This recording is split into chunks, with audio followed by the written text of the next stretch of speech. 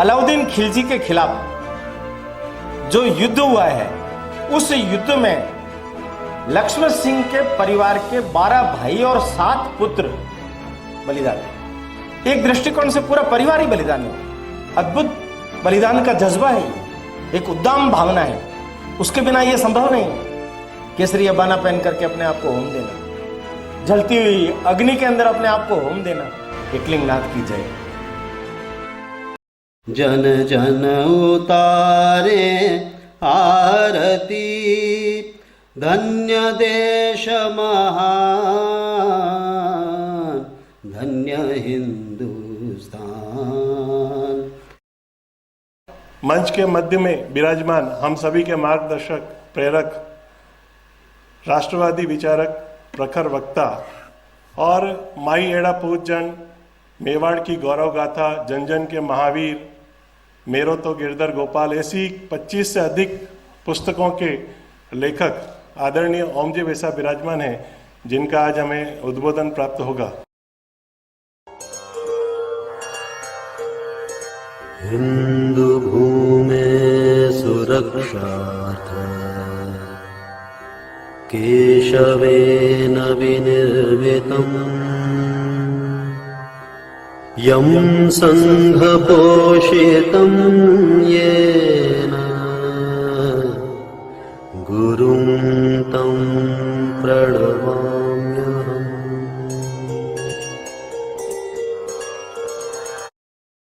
सम्मानित मंच, सम उपस्थित भाई और बहनों,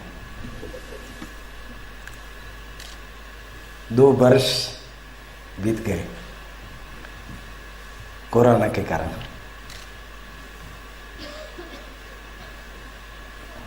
कार्यकर्ताओं का, सबका मन मानस ऐसा था कि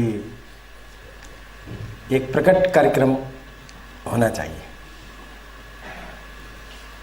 तो प्रकट कार्यक्रम के कारण से कार्यकर्ताओं में थोड़ी गति, जागृति, चेतना अधिक आएगी। तो उसको निमित्त मानकर आज का ये कार्यक्रम रखा गया। एक छोटी सी घटना से बात शुरू करता हूं। कोई एक सेठ जी थे, बड़े कंजूस,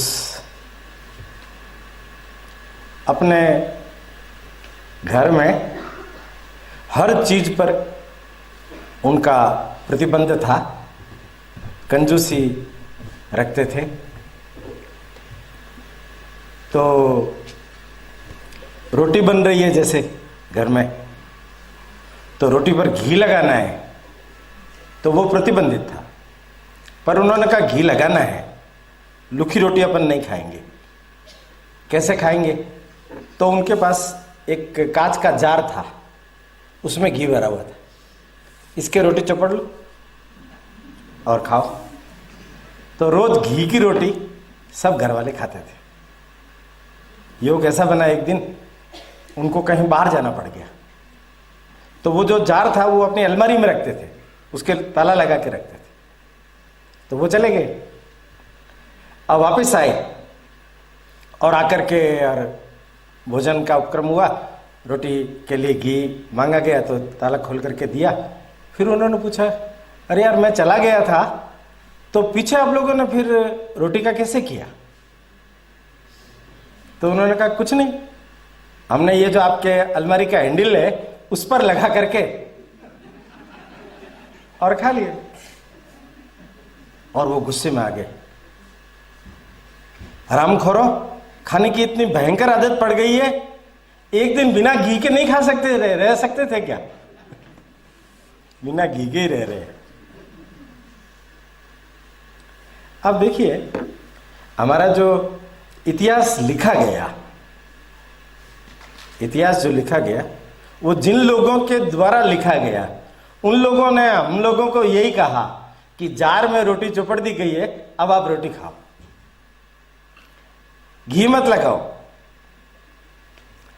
और अगर आपने थोड़ा सा भी ये प्रयास किया सत्य को उजागर करने का, प्रतिपादित करने का, व्याख्यायित करने का, तो तो वो आपके ऊपर पूरी तरह से कूद पड़ेंगे, कहेंगे आप गलत हो। अब ऐसा क्या हो गया जो इतिहास में इतना भयंकर परिवर्तन हो गया? हमारा जो इतिहास है, सोच समझ करके, षड्यंत्र नहीं कह रहा हूं मैं, सोच समझ करके जिन लोगों ने लिखा, उन लोगों ने शायद यही सोचा था कि ये खेल खत्म हो गया, पर उनको ये नहीं मालूम कि ये जो राष्ट्र है ये मृत्युंजय है, ये अमरता का वरदान लेकर के ही पैदा हुआ है। एक लंबे समय से इस पर न मालूम कितने आक्रमण हुए हैं, पर ये आज भी अपने उस शाश्वत तत्व को लिए हुए बैठा है। बहुत कहीं दूर जाने की जरूरत नहीं। 566 से ये मेवाड़ का गोइल वंश शुरू हुआ है, आज तक चल रहा है। उतार चढ़ाव आते हैं, प्रसंग अनेक प्रकार के होते हैं। जब मेवाड़ गौरव गाथा पर बात चल रही थी तो मेरे जैसे व्यक्ति के मन में भी आया कि पूरी की पूरी गौरव गाथा तो नहीं है। कई लोग ऐसे भी हुए हैं जो प्रश्न चिन्ह खड़े करते हैं। तो मैंने कहा मेवाड़ गौरव गाथा की बजाय मेवाड़ महाभारत एक नए ढंग से सोचा जाए। तो बहुत सारे ऐसे चरित्र भी हैं ना जो दुर्योधन की तरह व्यवहार करते हैं, महाभारत के लिए मजबूर करते हैं, और बहुत सारे ऐसे लोग भी हैं जो कृष्ण की तरह प्रेरणा देते हैं। कुल मिलाकर के इतिहास के ऐसे प्रसंग जो हम लोगों को बहुत प्रेरणा दे सके, हम लोगों के जीवन में प्रकाश दे सके, ऐसे कुछ बातों को मैं आपके सामने रखूंगा।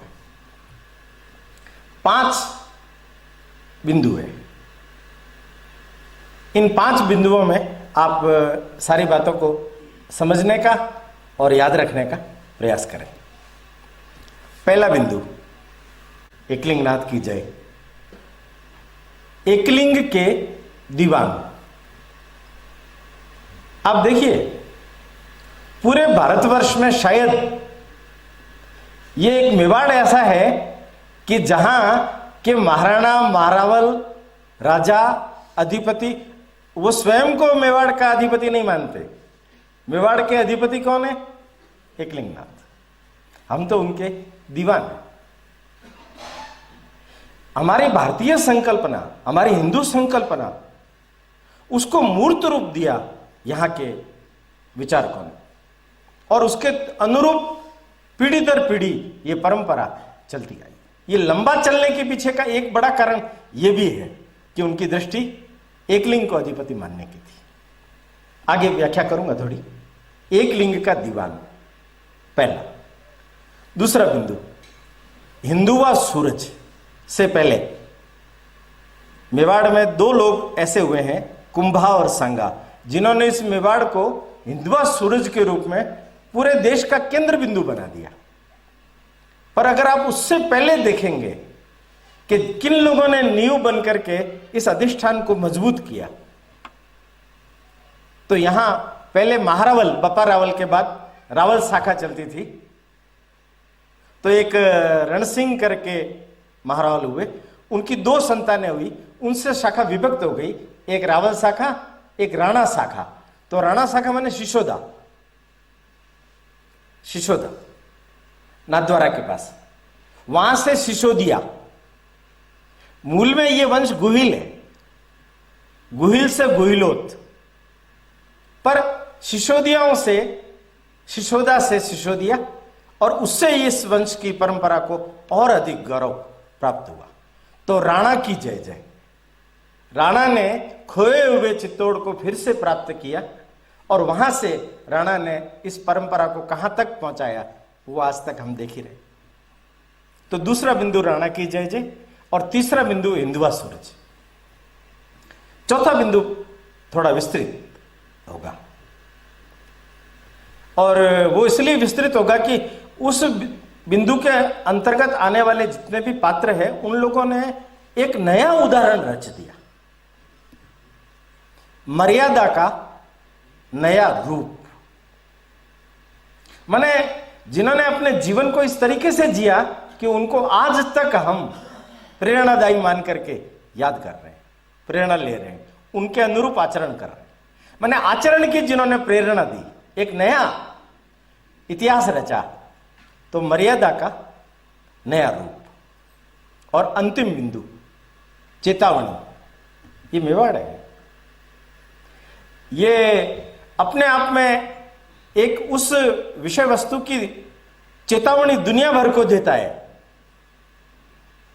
कि अगर ये जो हिंदुत्व है, ये जो हिंदू धर्म है, ये जो हिंदू संस्कृति है, जिसके आधार पर ये भारत का सांस्कृतिक राष्ट्रवाद रहा है, ये कोई राज्य तो आए हैं और चले गए, कितने राज्य रजवाड़े चले गए, पर ये जो शाश्वत अंतरधारा चल रही है, ये अंतरधारा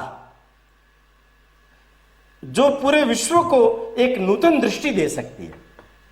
आप देख रहे होंगे ना, कितने विश्वविद्यालय, कितने स्कूल, कितने शिक्षा के बड़े बड़े केंद्र पिछली शताब्दी में बढ़ते आए हैं। मैंने भारतवर्ष में भी अगर आप देखेंगे तो शायद 800-900 विश्वविद्यालय हो गए हैं। पर अगर आप देखेंगे तो आए दिन अखबार पढ़ लीजिए कि लोग क्या व्यवहार कर रहे हैं, लोग क्या व्यवहार कर रहे हैं। तो चेतावनी अंतिम रूप से हमारे यहां के लोगों ने जिस रूप में दी, उसी को ही नया युग धर्म के रूप में प्रस्तुत करते हुए अंतिम बिंदु चेतावनी। 5 बिंदु बताए मैंने। एकलिंग के दीवान, राणा की जय जय, हिंदुआ सूरज, मर्यादा का नया रूप और चेतावनी। शुरू करते हैं पहले से। भगवान राम, लव कुश, कुश से यह वंश जुड़ा हुआ है। सौराष्ट्र में इनका राज्य था। कनक सेन, उनकी चौथी पीढ़ी में विजय सेन, वल्लभीपुर, वहां उनकी चौथी पीढ़ी में शिलादित्य। शिलादित्य मलेच्छाओं से मारे गए तो उनकी जो रानी थी पियर जा रही थी, तो रास्ते में ही जंगल में रुक गई, गर्भवती थी। गुफा में उसने बालक को जन्म दिया। गुफा में जन्म दिया इसलिए गुहिल, गोह से गुहिल और उसी से गुहिलोत। ये 566 ईस्वी की घटना है। उस रानी ने पास के गांव की एक ब्राह्मण महिला थी, उसका नाम था रानी का पुष्पावती। कमलावती नाम की महिला को, ब्राह्मणी को बुलाया और कहा कि ये मेरा बेटा तुम संभालो, बड़े होने पर किसी राजपूत कन्या से विवाह कर देना, और मैं अब मेरे पति चले गए इसलिए सती होंगी। वो सती, वो बालक बड़ा हुआ, होनहार था। ईडर के भील राजा मांडलिक को उसकी गतिविधियों पर ध्यान में आया कि बहुत योग्य है, तो उसने उसको अपना उत्तराधिकारी बना दिया। तो ईडर का वो राजा बना। कालखंड और आगे बढ़ता जाता है तो उन्हीं की पीढ़ी में एक नाग नाम के राजा पैदा हुए, जिन्होंने नागदा, एकलिंग जी, और वहीं पर ही बप्पा रावल का उद्भव। अब बप्पा रावल के उद्भव की घटना आप सब लोग जानते ही हैं। वो भी किसी कारणवश ब्राह्मण रावल के घर पर रहने के कारण से उनका विरोध उन्होंने लिया। बप्पा बड़े सम्मान के साथ में, जो बड़े होते हैं, जिनके अंदर नेतृत्व की क्षमता होती है, उनको सब लोग सहज ही मान लेते हैं। अपने यहां मेवाड़ में कुंभा और बप्पा ये आजान बाहु थे, बड़ी लंबी कदकाठी थी। अभी भी एकलिंग जी के मंदिर में आप जाएंगे तो मंदिर के बाहर हाथ जोड़े हुए बप्पा रावल का विग्रह आपको देखने को मिलेगा। बप्पा रावल के ऊपर वो जो ब्राह्मण थे और अन्य थे, इनकी गायें चराने के लिए ले जाते थे, तो कहा कि ये तो दूध पी जाता है। तो उसको भी लगा कहाँ, कैसे दूध पी जाता है, दूध तो इसके अंदर, गाय के अंदर रहना चाहिए, कैसे खत्म हो जाता है। उसने खुद ने पीछा किया तो देखा तो बड़े झुरमुटों से जंगल के अंदर से होती हुई गाय एकदम इंटीरियर में गई। तो वहां जाकर के देखा तो कोई एक स्थान है, वहां नीचे शिवलिंग है, उसके ऊपर जाकर के वो दारोश एक संत तपस्या कर रहे हैं।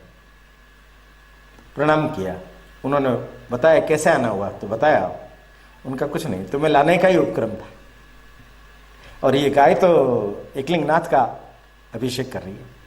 मैं हूं हरित ऋषि। हरित ऋषि नाम लिया है, ऋषि नहीं है, राशि।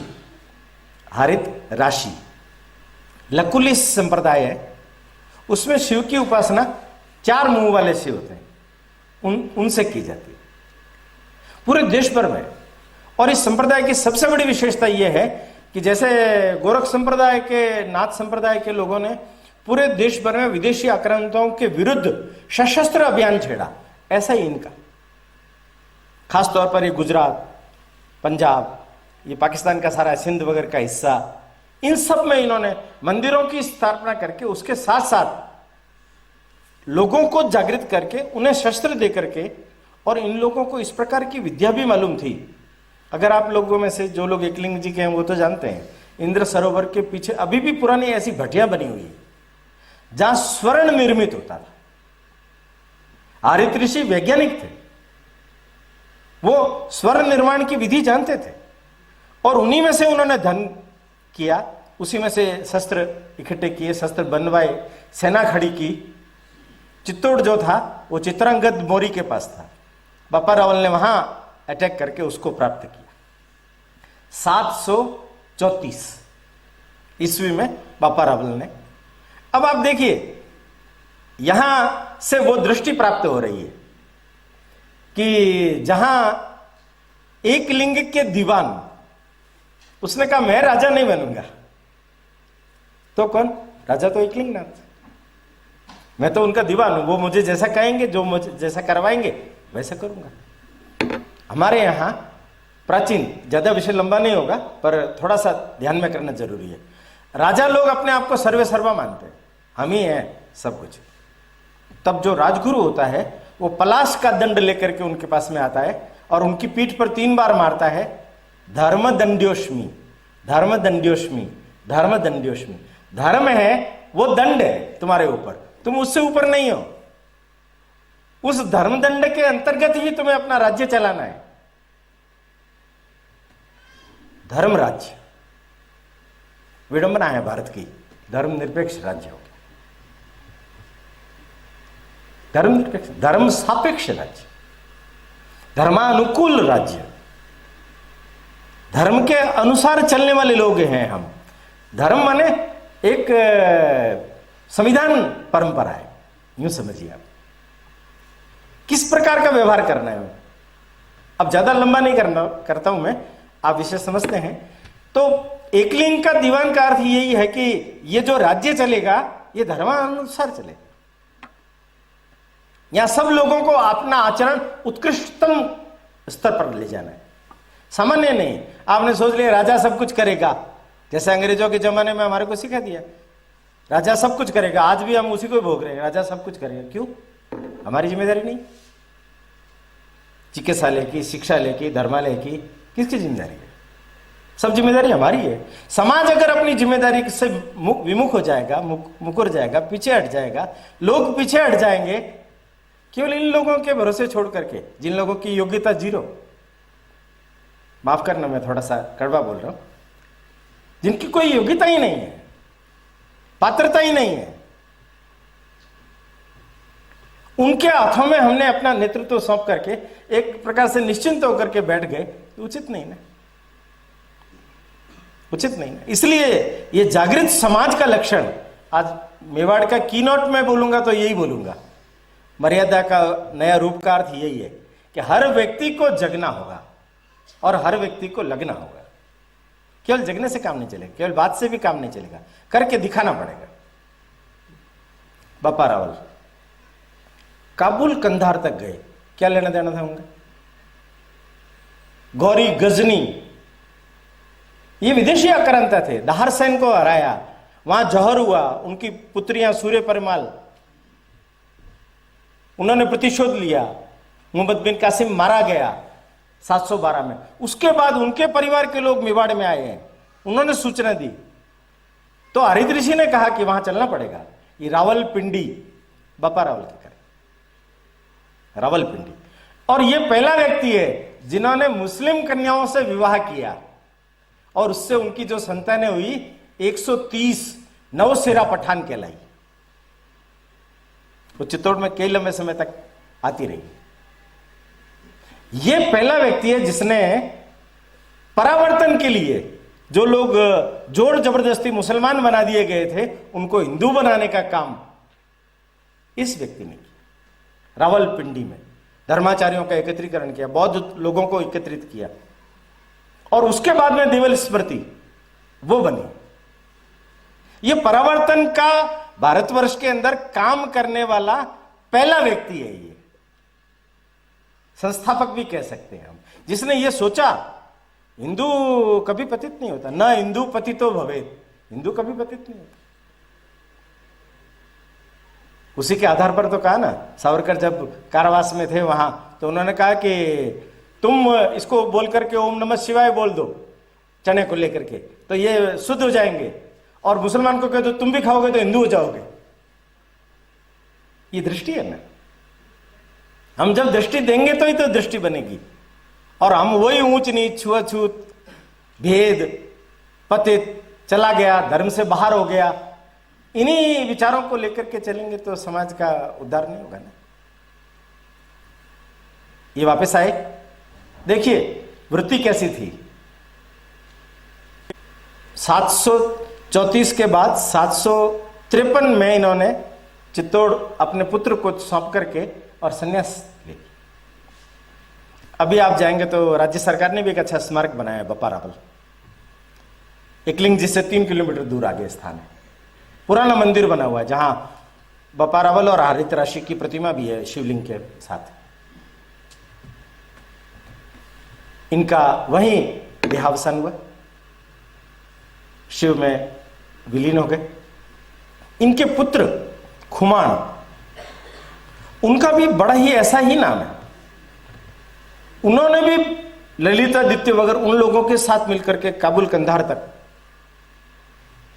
माने पिता पुत्र पौत्र आगे तक की परंपरा में इन लोगों ने जो विदेशी आक्रांताओं का प्रतिकार किया, उससे 400 वर्ष तक भारतवर्ष में विदेशी आक्रांता नहीं आई। फिर गजनवी का आक्रमण उसके बाद का। एकलिंग के दीवान के रूप में इनका जो बड़ा एक और योगदान है वो ये है कि बप्पा रावल का जब राज्याभिषेक चित्तौड़ में हुआ तो इन्होंने अपने समकालीन उस समय के मित्र उंदरी वगैरह के बिलू और देवा भील, उनके द्वारा रक्त तिलक करवा करके अभिषेक करवाया। माने भीलों के महत्व को उस समय से समझा गया है। इसलिए आपने देखा होगा मेवाड़ का राज चिन्ह, एक तरफ राजपूत सैनिक, एक तरफ भील।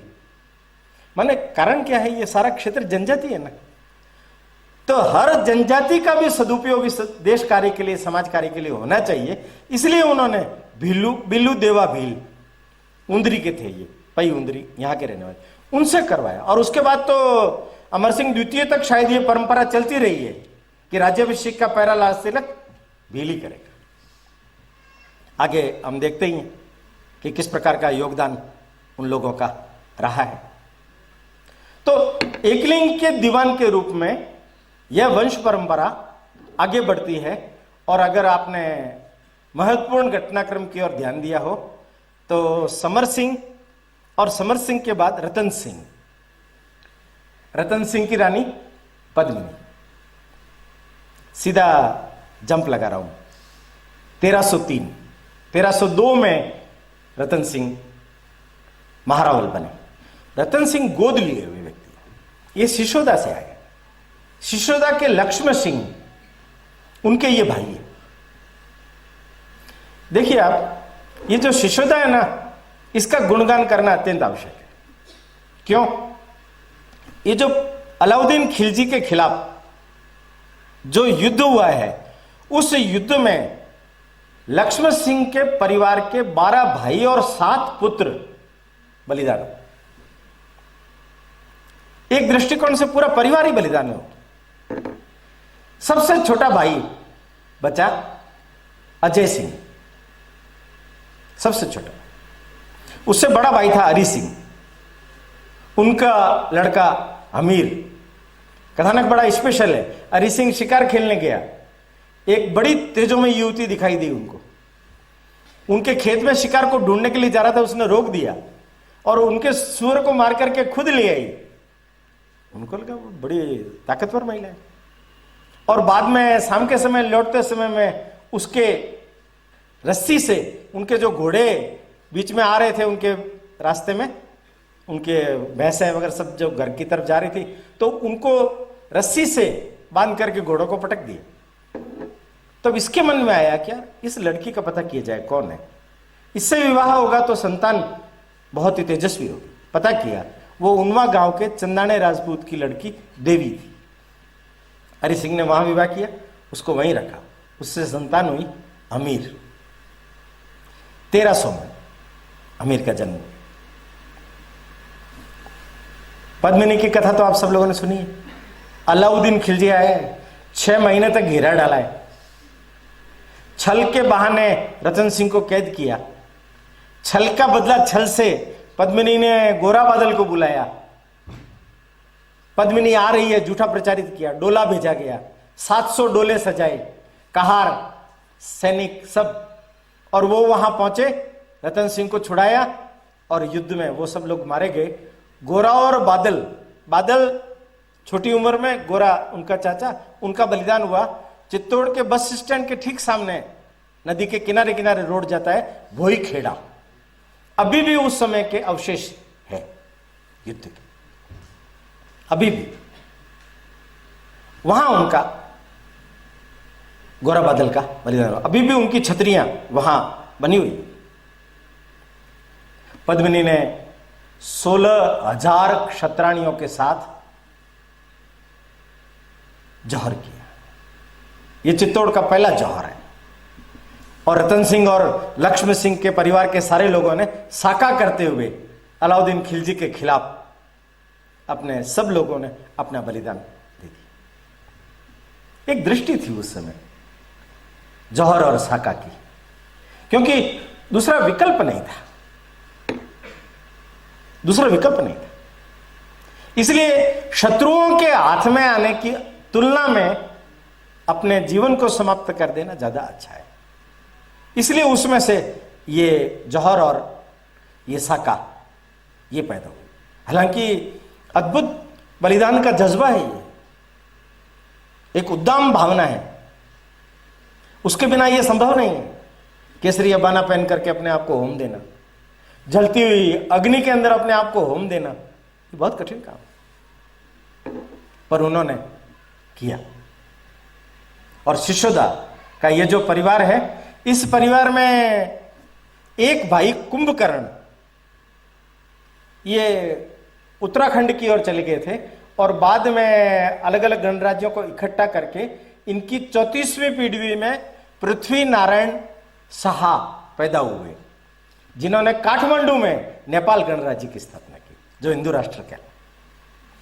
वहां इसलिए पशुपतिनाथ है, एकलिंग नाथ, इसलिए पशुपतिनाथ। और ये जो अमीर है, ये बचपन से ही तेजस्वी था। अपने चाचा के कहने पर गोडवाड़ क्षेत्र के अंदर मुजा बालेचा नामक एक डकैत था, उसका सिर काट करके ले आया। तो इसकी प्रतिभा को देख करके इन्होंने अपना उत्तराधिकारी शिशोदा का इसको बना दिया, अमीर को। चित्तौड़ अलाउद्दीन खिलजी के बाद में उसके पुत्र खिंजर खां के पास चला गया। देखिए आप, चित्तौड़ का नामकरण उस समय खिंजराबाद रखा गया। महाराणा प्रताप के समय अकबर ने भी उदयपुर का नाम महमूदाबाद रखा गया। पर जन जागृत होता है, समाज जागृत होता है, तो नाम प्रचलित ही नहीं होते, समाप्त हो जाते, चलते ही नहीं।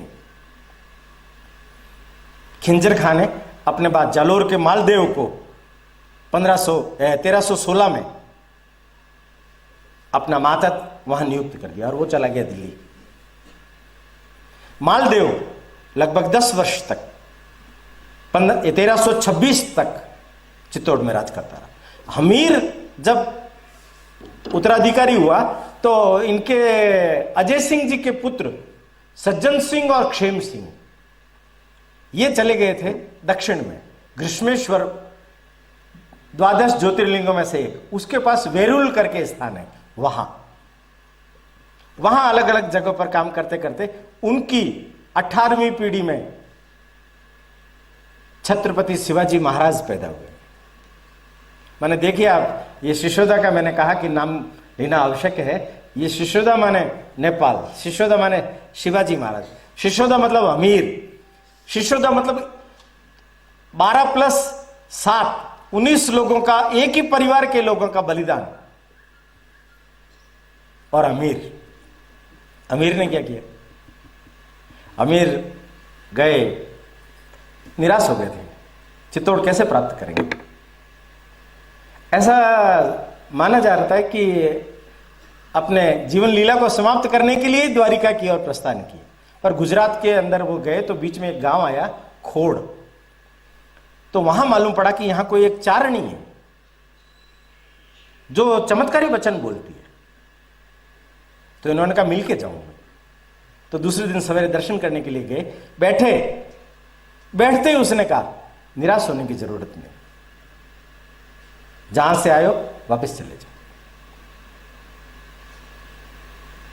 तुम्हें राज्य प्राप्त करना है, तुम्हारा मिल जाएगा।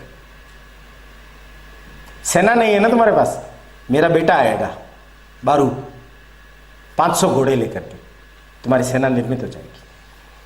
रिश्ता तुम्हारी शादी का जो भी आए तुम उसको स्वीकार कर लेना।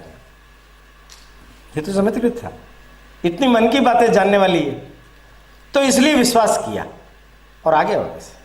इनका लड़का आया बारू 500 घोड़े लेके, इसने पैसे दे, उसने कहा, मां ने कहा जब तुम्हारा काम पूरा हो जाए तब देना। रिश्ता आ गया। मालदेव ने सोचा कि अमीर बहुत योग्य व्यक्ति है, उत्पाद मचा रहा है और ये मेरे लिए प्रॉब्लम क्रिएट करेगा, तो रिश्ते में बांध देता हूं तो ठंडा हो जाएगा। भेज दिया उसने संबंध। सारे लोगों को मालूम था, कुछ लोग कहते थे कि लड़की बाल विधवा है, कुछ कहते थे ये शत्रु है, कोई कुछ कहते थे। ऐसे दरबार में कानाफूसी होने लगी, पर अमीर ने कहा रिश्ता मंजूर है। सब अप्रूव रखे, ये क्या कर रहे हो। रिश्ता हुआ, शादी हुई, लड़की आई। लड़की ने अमीर को बोला दहेज में आपको यहाँ का जो प्रधानमंत्री है मौजीराम मेहता, उसको मांगना है। वो बहुत बुद्धिमान व्यक्ति है, आपका काम हो जाएगा। उन्होंने मांगा। मौजीराम मेहता दहेज में साथ में जब रवाना हुए तो मालदेव ने कहा मेरे नमक के ऋण से तुम मुक्त हो, अब से तुम अमीर के प्रति वफादार। ये निकले ही थे चित्तौड़ से, और मौजीराम मेहता ने कहा कि अभी इस रात को ही चित्तौड़ प्राप्त करने का मुहूर्त है। कि कैसे? कि चलो मेरे साथ सेना लेके वापस गए। किलेदार को कहा कि कुछ सामान भूल गए हम, थोड़ा दरवाजा खोलना। किलेदार ने दरवाजा खोल दिया, सारी सेना घुस गई रातों रात, बिना रक्तपात के। चित्तौड़ 1326 में अमीर ने हासिल कर लिया। वो चित्तौड़ के पहले राणा वंश के थे, इसलिए महाराणा कहलाए, इसलिए महाराणा कहलाए। बारू को पोल पोत सौदा करता था, इसलिए सौदा बारट और पोल पोत का अधिकार उनको दिया। अब आप देखिए जो बारू है ना, ये कैसा व्यक्ति है। अयाची शब्द सुनिए, वो याचना नहीं करता था किसी से भी। मेवाड़ नाथ ही मेरे मालिक है, ये जो देंगे उसी से काम चलाएंगे हम, किसी के सामने हाथ नहीं पसारूंगा। अमीर के बाद में उनका लड़का खेता, उनकी शादी हुई बूंदी, तो बूंदी के राव लाल सिंह जी थे, उनको मालूम था ये बारू अयाची है, तो उन्होंने थोड़ा दबाव बनाया, तो मेरे से कुछ न कुछ मांगो, मैं तुम्हारे को दूंगा, तुम्हें स्वीकार करना पड़ेगा। बारू ने कह दिया नहीं। जब जिद पर आ गए वो, तो बारू ने कहा ठीक है, एक शर्त पर। क्या? पहले मैं दूंगा, वो आप लेंगे, तो फिर आपका दिया मैं स्वीकार कर लूंगा। उनका ठीक है। वो गया, अपने नौकर को समझा दिया, अपना सिर काट दिया बारू ने। स्वाभिमान की रक्षा के लिए अपना सिर काट दिया और थाल में भेज दिया। आडी रानी का तो नाम सुना है, बारू। वो तो हटा रह गया। युद्ध हुआ, लाल सिंह को मरना पड़ा। अमीर ने बरबड़ी देवी थी, एक सेना में 1 लाख सैनिक थे, उनको एक कुल्हड़ी में चावल उबाल करके उनके पेट को भर दिया। अन्नपूर्णा देवी का मंदिर चित्तौड़ में आप लोगों ने सुना है? वो बरबड़ी देवी का मंदिर है। बरबड़ी देवी को अमीर ने बुला लिया था, बारू और बरबड़ी को वहीं रखा। बरबड़ी देवी के देहावसान के बाद में अमीर ने अन्नपूर्णा देवी का मंदिर बनवा दिया।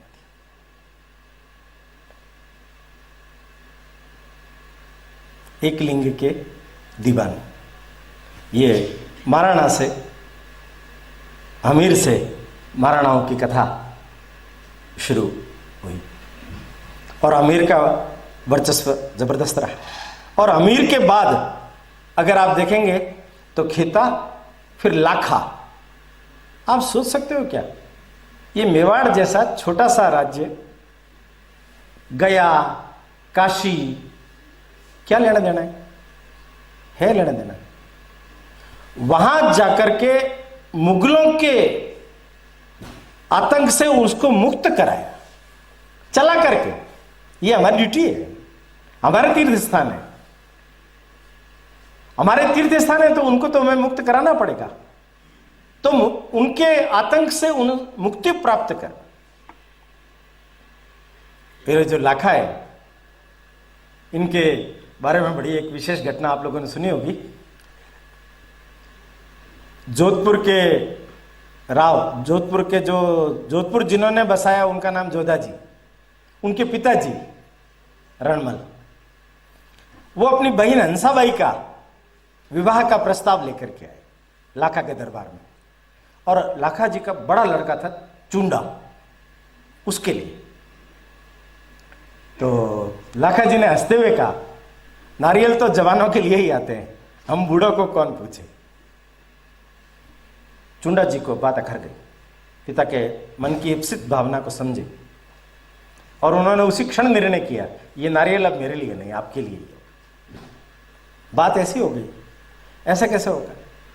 रणमल ने कहा कि उनके साथ विवाह हो जाएगा तो उनके जो भी पुत्र वगैरह होगा तो सामान्य होगा, राज्य उत्तराधिकारी तो तुम हो। देखिए आप, ये पितृभक्त बालक, भीष्म के बारे में तो आपने सुना है, पर ये मेवाड़ के भीष्म है जो अपना राज्याधिकार त्याग देते हैं और कहते हैं कि मैं राज्याधिकार को त्यागता हूं, हंसाबाई की कोख से जो बालक पैदा होगा वही मेवाड़ का उत्तराधिकारी होगा, और मैं लिख करके भी देता हूं। सबके मन में संशय तो था ही, पर ये अडिग रहे, खरे उतरे।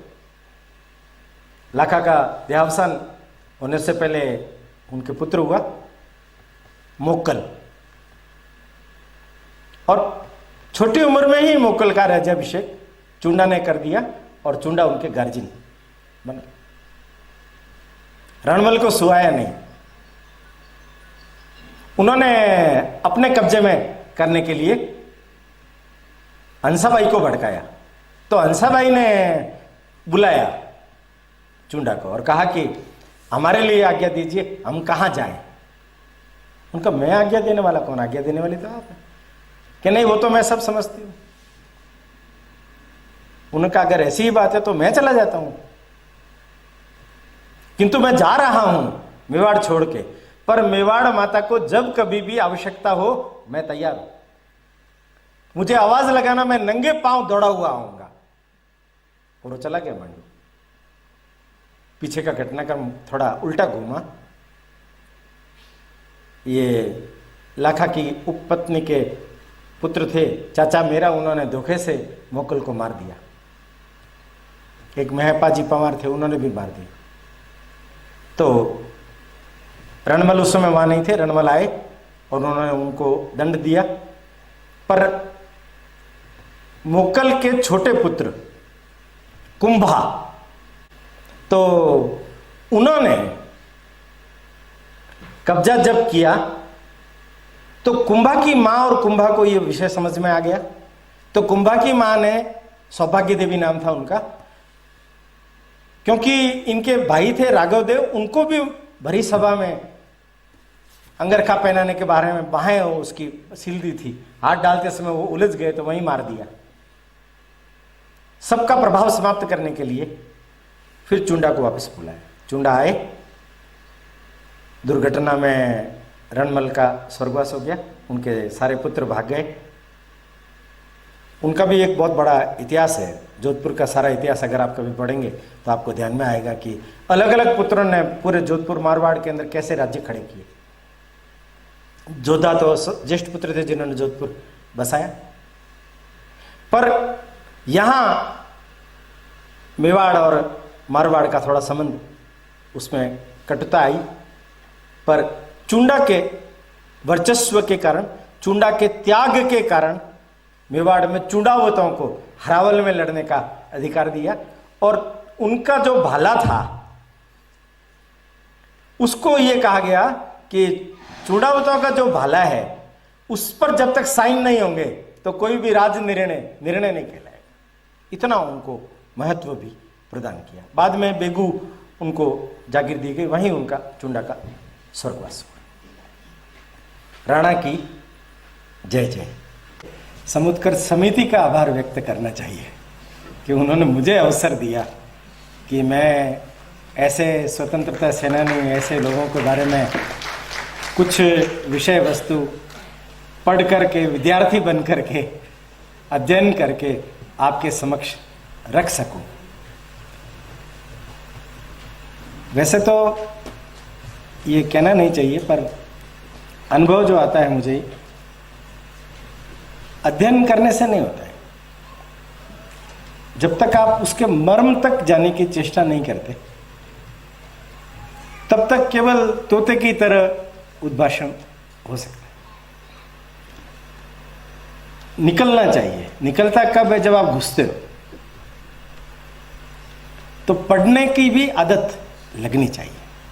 ये समुत्कर्ष बौद्धिक आंदोलन भी पत्रिका को 100 अंक निकाल चुके हैं। हर एक अंक में बहुत बढ़िया सामग्री रहती है। आप पढ़ेंगे आपको भी आनंद आएगा। अभी एक छोटे से बालक ने अच्छा जवाब दिया। हर रविवार को 11 बजे जो ये गाथा है बलिदानों की, सुनते हो क्या? हाँ मम्मी सुनाती है जबरदस्ती। अभी वो ये बात बोल रहा है, पर आगे जाकर के वो मम्मी का ऋणी हो जाएगा कि मेरी माँ ने मुझे जबरदस्ती की, पर ये मेरे जीवन की प्रेरणा बनी।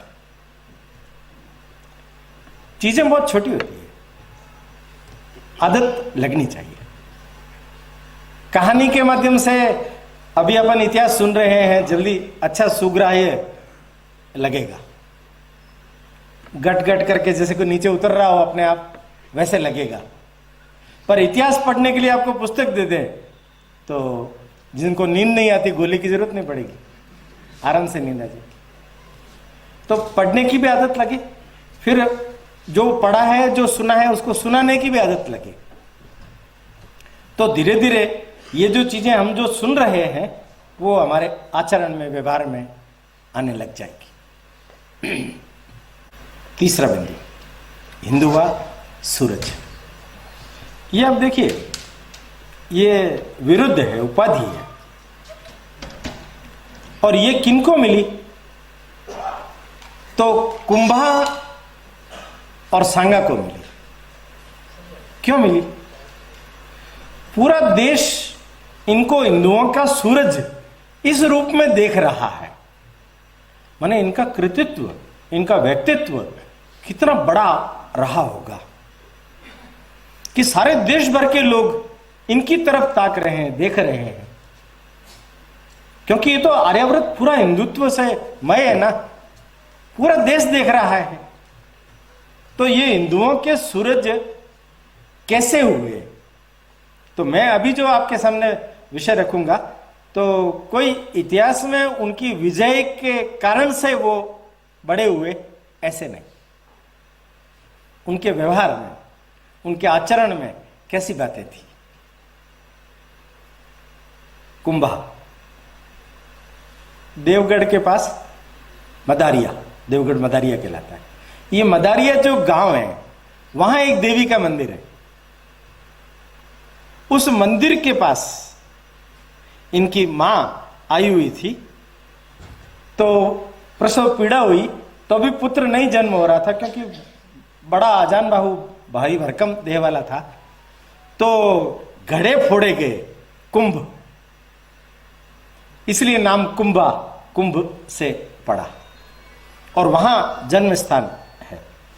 14 जनवरी को उनका वहाँ जन्म हुआ, मकर संक्रांति के दिन। अभी बड़ा अच्छा स्मारक वहाँ बन गया है, कुंभा स्मारक, महाराणा कुंभा का। तो कुंभा का जो कालखंड है वो मेवाड़ का ऐसा कहते हैं स्वर्णिम युग है, और सांगा ने उसका विस्तार दिया। तो कुंभा जो थे उनका सारा जीवन विविध आयामों से परिपूर्ण था। आप देखिए उनके जीवन को अगर आप दृष्टिपात करेंगे, युद्ध कला, संगीत, शिल्प, शास्त्र, प्रजावत्सल। हमारे यहां ये जो राज्यों को हड़प करने की संस्कृति नहीं थी, राज्यों को दिल से जीत करके अपने साथ सह अस्तित्व के रूप में पैदा करना। ये कुंभा सांगा के साथ साथ महाराणा उदय सिंह तक भी आई है। यहां मैं एक बात का उल्लेख इस समय करना चाहता हूं कि एक बहुत बड़ा अच्छा सुयोग मेवाड़ में बना है। ये जो महाराणा उदय सिंह है, जिन्होंने उदयपुर शहर की स्थापना की है, उनके जन्म को 500 वर्ष पूरे अभी 17 सितंबर को हुए। पंच शताब्दी जन्म की बड़े धूमधाम से मनाई जानी चाहिए। उदयपुर के लिए तो बड़े गर्व की बात है। तो उदय सिंह जी के जीवन पर भी एक जानकारी लोगों को हो, उसके लिए कुछ कार्यक्रम इत्यादि होने चाहिए। एक अपने नाम लूंगा मैं, डॉक्टर के.एस. गुप्ता, मेवाड़ इतिहास के बड़े अच्छे जानकार हैं। उनके नाम पर ही एक शोधपीठ का काम शुरू हुआ है, और वो पहला काम महाराणा उदय सिंह के ऊपर स्मारिका के रूप में निकाल रहे हैं। तो वो एक गोष्ठी भी रखेंगे। तो उदयपुर को उनका ऋणी होते हुए उऋण होने के लिए उनके जीवन के बारे में जानकारी प्राप्त करने की कोई न कोई रचना योजना करनी चाहिए। तो उदय सिंह जी तक सह अस्तित्व अलग अलग राज्यों का ये होना चाहिए, ये किया गया। कुंभा आप जाएंगे तो कुंभ श्याम मंदिर, कुंभा महल, ये इधर की जो पोले हैं चित्तौड़ में ऊपर घुसते हैं तब, ये 7 पोले कुंभा के समय में बनी है। उससे पहले वो सूरज पोल उधर वाला दरवाजा, लाखोटा बारी जिसको कहते हैं, उधर था। विजय स्तंभ, महमूद खिलजी प्रथम को हरा करके 6 महीने तक कैद में रखा, उस विजय की स्मृति में ये 9 मंजिला विजय स्तंभ, सब देवी देवताओं की मूर्तियां हैं उसमें, सब देवी देवताओं की। मेवाड़ की एक विशेषता है कि मेवाड़ में जितने भी लोग हुए हैं महाराणा के रूप में, उन्होंने अपना प्रशस्ति गान नहीं किया, अपनी विरुद्धावली नहीं लिखवाई। लोक कल्याण के लिए संगीत पर, कृषि पर, बेंगलोर में एक रिसर्च सेंटर है, उनका फोन एक बार मेरे पास में आया और उन्होंने मुझे बोला कि कुंभाकालीन और महाराणा प्रतापकालीन कोई एग्रीकल्चर पर ग्रंथ लिखे गए हैं, वो मिल सकते हैं क्या? शिल्प पर लिखे गए हैं कुंभाकालीन, मिल सकते हैं क्या? पता किया तो उनके उस समय में ये सारे ग्रंथ उपलब्ध।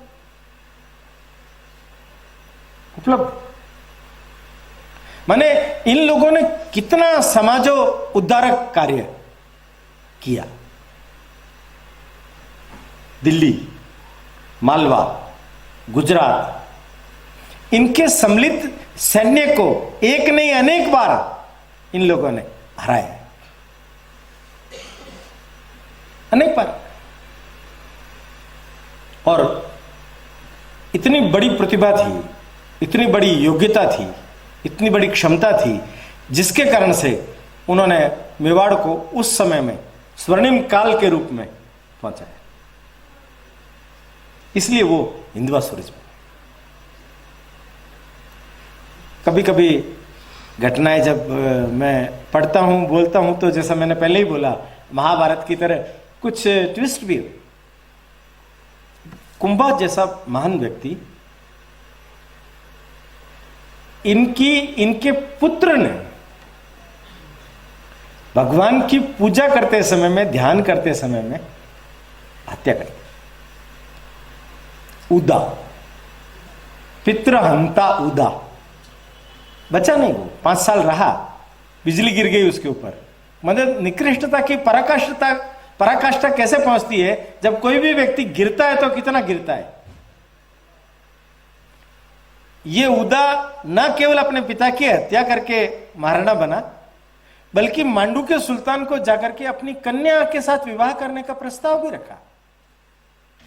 वो सुल्तान कह रहा है ये आपके अनुरूप नहीं है, आपकी परंपरा के अनुरूप नहीं है, सुल्तान मना कर रहा है। माने वो मेवाड़ की परंपरा को कैसा समझ सका इन कुंभा और उनके कारण। कुंभा ने तो उनको, खिलजी को मुक्त किया। योग देखिए एकलिंगनाथ कैसे रक्षा करते हैं। वो प्रस्ताव देख करके जबरदस्ती वापस अपने तंबू में लौट रहा था, तो रास्ते में बारिश के बाद बिजली गिरी, उसका प्राणांत हो गया। प्रस्ताव वहीं ठप। रक्षा करता है भगवान। लोग भले कितना ही पतित हो जाए, तो जो पतित होगा उसको उस अवस्था में जाना ही पड़ेगा। कुंभा के बाद 5 साल का कालखंड है इनका।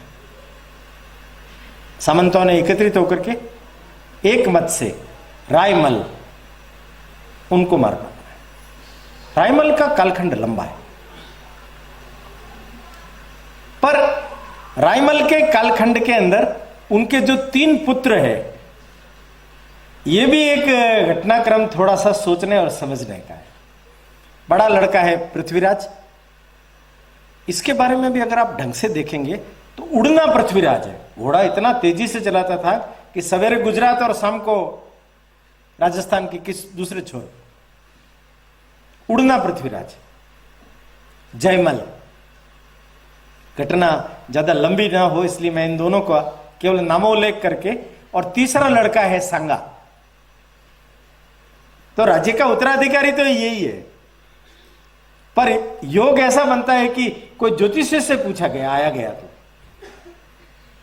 तो ज्योतिष ने तीनों की कुंडलियां देखी, और कुंडलियां देख करके ज्योतिष ने बोल दिया कि राजयोग तो सांगा के।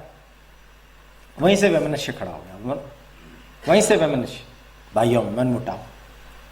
काका थे सारंगदेव, वो लेकर के अपने मावली के पास में एक स्थान है भीमल, वहां एक देवी का चारणी थी, वीरा नाम था, उसके पास में ये लोग आए। तो उसने तो आते ही बोल दिया कि अभी नहीं, सवेरे मंदिर में ही पधारे। तो तीनों भाई और चाचा मंदिर में पहुंचे, तो एक बड़ा सिंहासन लगा हुआ था, एक दरी बिछी हुई थी। तो कुंभा और सांगा और सारंगदेव तो दरी पर बैठ गए नीचे, और वो दोनों भाई चूंकि ज्येष्ठ थे, उत्तराधिकारी भी थे, वो सिंहासन पर बैठ गए। अब ये आई वीरा, बैठी अपने आस पर, तो इन्होंने बड़े अकड़ से पूछा, हमारे बारे में कुछ जानती हो तुम? उनका मैं कुछ नहीं जानती, आप लोग सब जानते हो, इंदिरा ने तो आप लोगों ने कर दिया। ये मेवाड़ की राजगद्दी तो नीचे बिछी हुई थी, वो सिंहासन तो काल का है। दोनों भाई काल में चले। पर देखिए आप, इन भाइयों ने अपने भाई की हत्या करने का प्रयास किया। चाचा ने बचाया, आंख कुंभा की गई, ये सांगा की आंख गई। सांगा के बारे में तो सबने सुना ना, 80 घाव, हाथ पैर आंख, वो उस समय आंख गई। घोड़े पर बिठा करके रवाना किया। जयमल ने पीछा किया 4 भुजा तक। जोधपुर का फिर हस्तक्षेप, जोधपुर के बीदा राठौड़ वहां आए हुए थे, वो भाई थे 2, उन्होंने बीच बचाव किया। वो 2 भाई बचा रहे हैं, ये 2 भाई मार रहे हैं। वो 2 भाई बचा रहे हैं, ये 2 भाई मार रहे हैं। उन दोनों का बलिदान बचाने के लिए हो, उन्होंने बचा करके गोडवाड़ प्रदेश की तरफ सांगा को भेज दिया। अनाम रहा है सांगा, अनाम रहा। पहचाना कैसे गया? सांगा आमेर के राजा पृथ्वीराज के यहां सैनिक की नौकरी करने लग गया। एक दिन बारिश हुई बड़ी तेज। ऊपर राजा और रानी महल में सो रहे थे, बारिश हो रही थी, ऊपर छत से परनाला नीचे गिर रहा था, उसकी तेज आवाज हो रही थी, तो खलल पहुंचती है नींद। सांगा नीचे पैरे पर था, उसने कहा नारे परनाले की इतनी तेज आवाज से मुझे भी जब इतना व्यवधान हो रहा है तो राजा रानी ऊपर सो रहे होंगे तो उनको तो नींद आ ही नहीं रही होगी। तो उसने देखा क्या करूं क्या करूं, तो घोड़ों के खाने के लिए घास के बंडल रखे हुए थे, उन्होंने उस नाले के नीचे रख दी। आवाज बंद हो गई। राजा ने कहा ये बारिश बंद हो गई क्या? दासी ने बाहर जाके देखा, नहीं बारिश तो आ रही है, तेज आ रही है, तो नाले की आवाज कैसे नहीं आ रही? तो वो गई नीचे, जाकर के देखा तो नाले के नीचे वो घास के गटर थे। उसने पूछा सैनिक को, किसने रखे? उसने कहा मैंने रखे। क्यों रखे? आवाज हो रही थी ना इसलिए, बंद करने के लिए। अच्छा, उसने जाके बोल दी। उनका सैनिक इतना सुसंस्कृत संस्कारशील नहीं हो सकता, ये कुछ अलग चीज है। दोनों आए, पूछा उसको कौन हो तुम? पहले तो उसने मना कर दिया, फिर बताया अपना परिचय। जब खुल गया कि ये तो सांगा है, तब तो उनको बड़ा मान सम्मान मिलने लगा, क्योंकि मेवाड़ का बहुत बड़ा प्रतिष्ठा का भाग आमेर वालों के हिस्से में तो था ही। सांगा ने अपने आप को छुपाने के लिए फिर वहां से प्रस्थान कर दिया। अजमेर के पास श्रीनगर, वहां आ गया। वहां करमचंद पंवार उनके साथ मिलकर के डकैतियां करने लगा, मुसलमानों की सेनाओं को लूटने लगा। कहते हैं कि एक दिन ऐसा खेत में सो रहा था तो सांप ने आकर के उसके ऊपर छत्र की तरह वो किया। करमचंद ने देखा, उसको लगा ये चक्रवर्ती सम्राट बनेगा, अपनी बेटी का विवाह कर दिया। रायमल की ये दोनों संतानें काल को प्राप्त हुई, अकाल मृत्यु हुई, उनकी भी बड़ी घटनाएं हैं। पर खोजबीन जब शुरू हुई तो करमचंद लेकर के आए। ये अस्वस्थ हो गए थे, इनका स्वर्गवास हो गया। 1509 में वो मेवाड़ के महाराणा बने। उन्होंने भी बहुत युद्ध किए। इब्राहिम लोधी, इधर महमूद खिलजी द्वितीय, गुजरात के सुल्तान, कितनी बार आया। और मेवाड़ का जो विस्तार जिसको कहना चाहिए, ये सांगा के कालखंड के अंदर बहुत है। आप देखिए कितने बहादुर व्यक्ति होंगे, और नेतृत्वकर्ता को किस तरीके का होना चाहिए। तो सांगा ने रणथंबोर का किला जब प्राप्त किया तो वहां का किलेदार मुसलमान था, उस पर उन्होंने अटैक किया तो उन्होंने दरवाजे बंद कर लिए, ऊपर से गोले दाग रहे हैं, इनकी सेना थोड़ी छोटी है, तो इन्होंने सोचा बुद्धिमानी से काम लेना चाहिए, तो पीछे हट गए। पीछे हट गए। उन्होंने सोचा सेना चली गई है, रात के समय वापस आई, निसंडियां लगाई, खुद चढ़े सबसे पहले, और ऊपर एक हाथ कम रह गया तो नीचे वाले सैनिक को कहा तुम अपने कंधे पर मुझे चढ़ाओ। वो उनके कंधे पर चढ़ करके ऊपर हाथ लगा करके और पहले उतरे, फिर रस्सा बांध नीचे फेंका और सेना को ऊपर लिया, रातों रात गढ़ जीत लिया। रणथंबोर किला।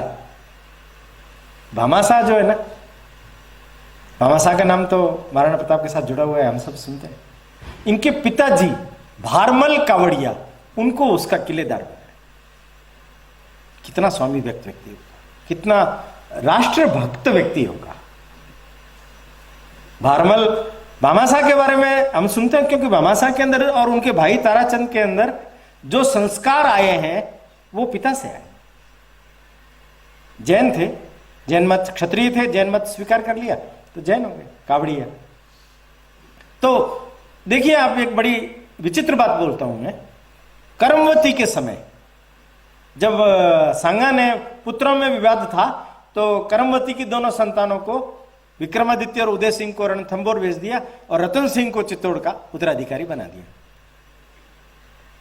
सांगा की मृत्यु के बाद की घटना पहले बोल रहा हूं, क्योंकि भारमल आ गए बीच में।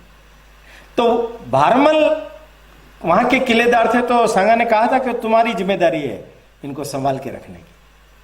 कर्मवती ने बाबर से समझौता कर लिया था, अशोक परमार करके व्यक्ति को भेजा। बाबर ने सोचा ये तो तस्तरी में रखकर किला मिल रहा है, वो आ गया अपने सैनिकों के साथ।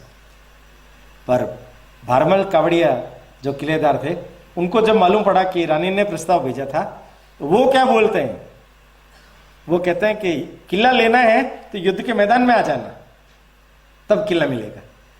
युद्ध से जीते जाते हैं किले, ऐसे तस्तरियों में नहीं मिलते। बाबर मुंह फक करके वापस लौट गए। कैसे किलेदार है?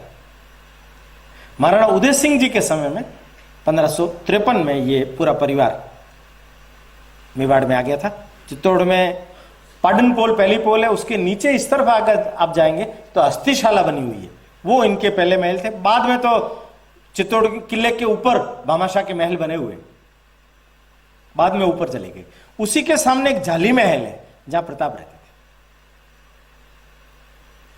सांगा खुद कितने बहादुर थे, खुद आगे रह करके कैसे युद्ध करते थे। इसलिए तो 80 गांव पीछे रहने वाले पर थोड़ी होते हैं, 80 गांव। और ये बाबर के साथ जो युद्ध हुआ है, बयाना का युद्ध हुआ है पहला, उसमें बाबर की सेना को 80 मील तक भगाया है, पर जीत गए तो फिर ठंडे हो जाते हैं थोड़े। बाबर ने उस प्रत्याक्रमण किया, उसने विश्राम नहीं किया। तो खानवा का जो युद्ध हुआ, उस युद्ध में पहले सांगा की प्रबलता रही है, किंतु बाद में उनके विषभुजा एक बाण लग जाने के कारण उनको हटा लिया गया। और झाड़ोल के थे पहले, अभी बड़ी सादड़ी वगैरह के राणा, राज राणा की उपाधि उनको मिली हुई है, राणा राज राणा अज्जा, उन्होंने नेतृत्व संभाला। जैसे महाराणा प्रताप के समय में झालामान, झालामान उनके पोते हैं, अज्जा, सज्जा और ये मान, तीनों के तीनों पीढ़ी मेवाड़ के लिए काम में आई। सज्जा चित्तौड़ में अकबर के खिलाफ जो युद्ध हुआ था उसमें स्वर्गवासी। अज्जा ने अपना बलिदान दिया, सेना में वहां हार गए, ये हार सहन नहीं कर पाए, रणथंभौर में रहे। साल भर बाद कालपी इरच, वहां उनका देहावसान हुआ। और मंडलगढ़ में अभी भी उनका दाह संस्कार हुआ, जो छतरी बनी हुई।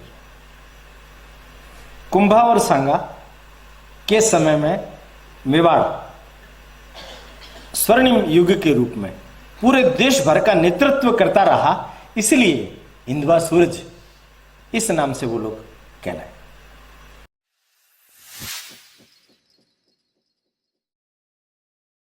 समुत्कर्ष समिति से जुड़ी सभी जानकारियां प्राप्त करने के लिए हमारे YouTube चैनल समुत्कर्ष समिति को अवश्य सब्सक्राइब करें। आप सभी का समुत्कर्ष समिति के प्रति यही स्नेह और आत्मीय भाव बना रहे। धन्यवाद।